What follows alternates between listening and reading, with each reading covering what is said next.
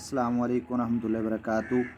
क्या हम में से कोई बंदा ये चाहता है कि हम एक ही चीज़ पढ़ें, एक ही चीज़ तिलावत करें, एक ही चीज़ को दोहराएं और अल्लाह रब्बुल इज़्ज़त हमें दो बार अजर अता करे या दोहरा अजर अता करे? तो फिर जो बंदे कुरान पाक को ठीक तरीके से नहीं पढ़ सकते या अपनी ज़ुबान पे रवानी के साथ कुरान पाक के अल्फाज को नहीं ला सकते, वो सिर्फ़ कुरान पाक को सीखने की कोशिश करें तो अल्लाह रब्बुल इज़्ज़त उनको दो गुना सवाब देगा।